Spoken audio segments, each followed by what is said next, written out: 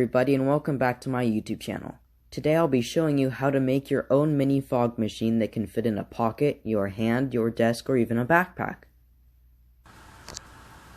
The dark plastic box that you see here was from a plug-into-the-wall power supply for an old alarm clock. The only modifications I have made is cutting a hole in the front for the barrel and cutting a hole in the top for a fan to go. The unit just easily snaps apart and snaps back together. The bottom has to be deeper than the top because this is where you put your excess fog fluid. I have just placed a piece of metal at the bottom because it can get quite hot and you don't want it to melt the plastic.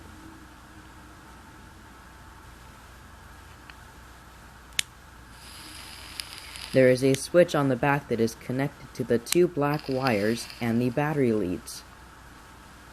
I have two batteries on the bottom of this fog machine, so I can have twice the power. There is a piece of cotton that a metal coil is wrapped around. This is what makes the fog. As you can see, all the wires are quite exposed right now, but that's okay since this is just my first prototype. More videos will come soon of newer versions.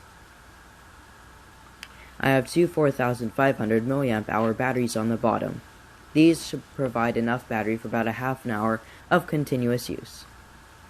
I have a hot glue seal on it for the barrel, and I have also filled up all the screw holes on the fan so that the only way air can come out is the barrel.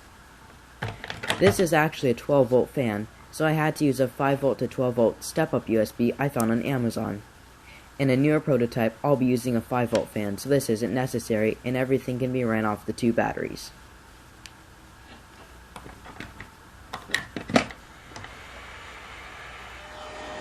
This is quite quiet, so you can run it in your room easily without hearing it. Running the fan at a lower voltage will also cause it to be even quieter, but it won't have as much force, so I don't recommend doing that. Now I'll demonstrate this fog machine.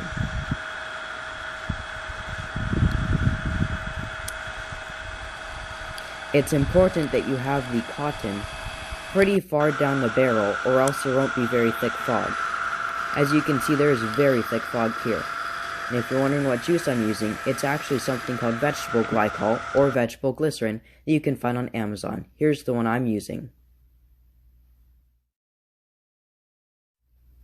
Thanks for watching this YouTube video, and as always, please subscribe and click that bell because there's going to be a new video dropping with the Macro Fog V2.